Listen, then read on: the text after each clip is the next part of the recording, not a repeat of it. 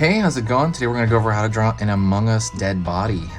It's going to be really simple and really easy, and it should be step by step, and you should be able to follow it all the way through, even if you're a total beginner. So I'm going to be using this marker right here, Faber-Castell PITT Artist Pen, big brush.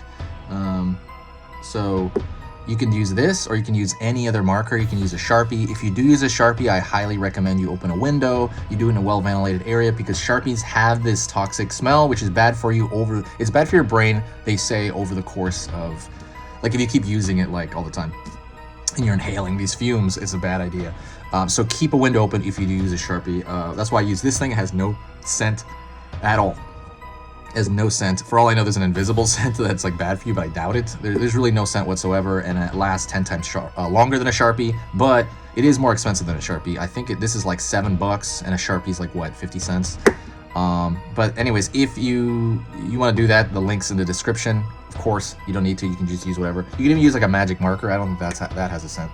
So let's get started. First thing I do is for the Among Us dead body. Did I say Among Us? Okay, I was gonna say Last of Us. So something like I screw up that name just because of the us on it. Gonna pull a line over here. This will be the top of the body, essentially. Pulling around the corner here, and essentially that is like that. I guess that backpack, I don't know what you call it, but it, you know, it's part of his body, and it's like lying on top of his main torso, like a pillow almost.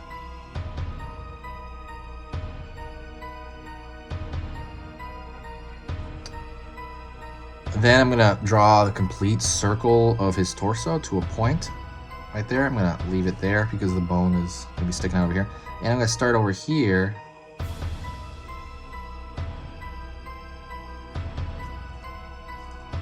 Pull out there. That's going to be his main torso.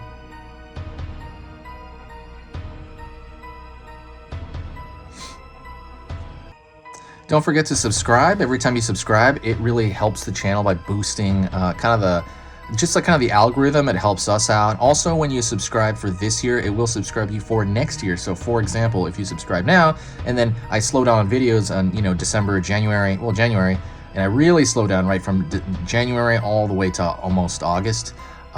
There's not going to be many videos. There will be some, but it's not going to be anywhere near as many. But when I start pushing out videos again for next Halloween, like around August, like I'm going to start pushing them out like 3 times a day again, you will get a notification, you know, showing that. They'll be like, oh, okay, you're posting videos again? Cool, like I'll check it out. And so that's the great part about subscribing to a seasonal channel. It will let you know. Also, there's no downside, and it's completely free. If you do find this stuff worth your time, please subscribe. But yeah, thank you so much. Let me go back into this. I'm gonna go over here and find the end over here. So it's gonna be circle,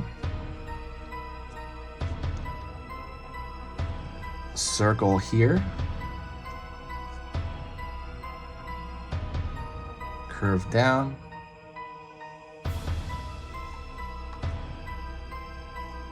I gotta curl this in a little bit more. That's like the end of like a bone. Like usually when the bone they show like a cartoony bone, I guess usually when they show cartoony bone, they usually show like a femur, I guess. At least that's what it looks like to me when they show cartoon bones. Pulling inward here. Curve.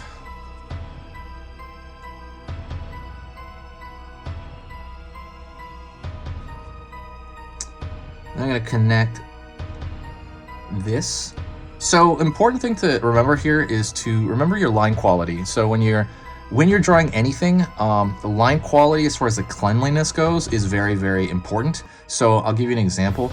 If I was drawing something and it was placed in the right area and the line quality was bad, it's very possible it will still look fine, but it's more likely it'll look messy and gross to the viewer, the casual viewer. And if you draw something maybe kind of wrong, but it has clean lines on it, especially in marker, something like this, it will look more correct to the viewer. And you have to kind of remember that because that's really going to help you out. So if you have, usually that's control. If you have a control issue, I recommend you make maybe circles on a scratch piece of paper, clockwise and counterclockwise, and not anchoring your wrist. See how this is how you write when you anchor your wrist, but if you want more control with drawing, because usually there's a larger, sometimes you're doing something with larger stuff. I'm moving from the elbow here, and I'm moving from my shoulder and elbow kind of combination, and a bit in the wrist, of course, but I'm really moving like almost like a crane or something, instead of anchoring this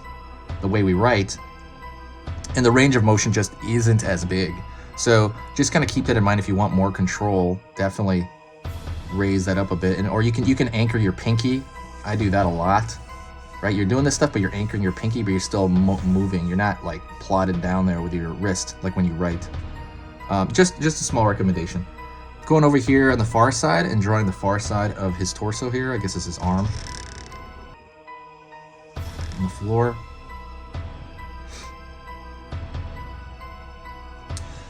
Pulling another circle right here.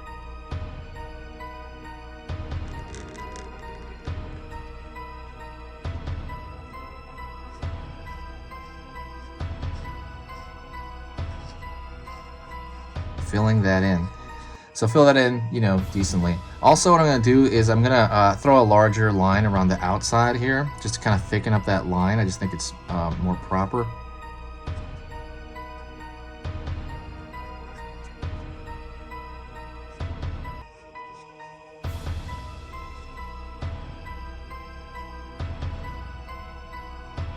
That's the majority of that.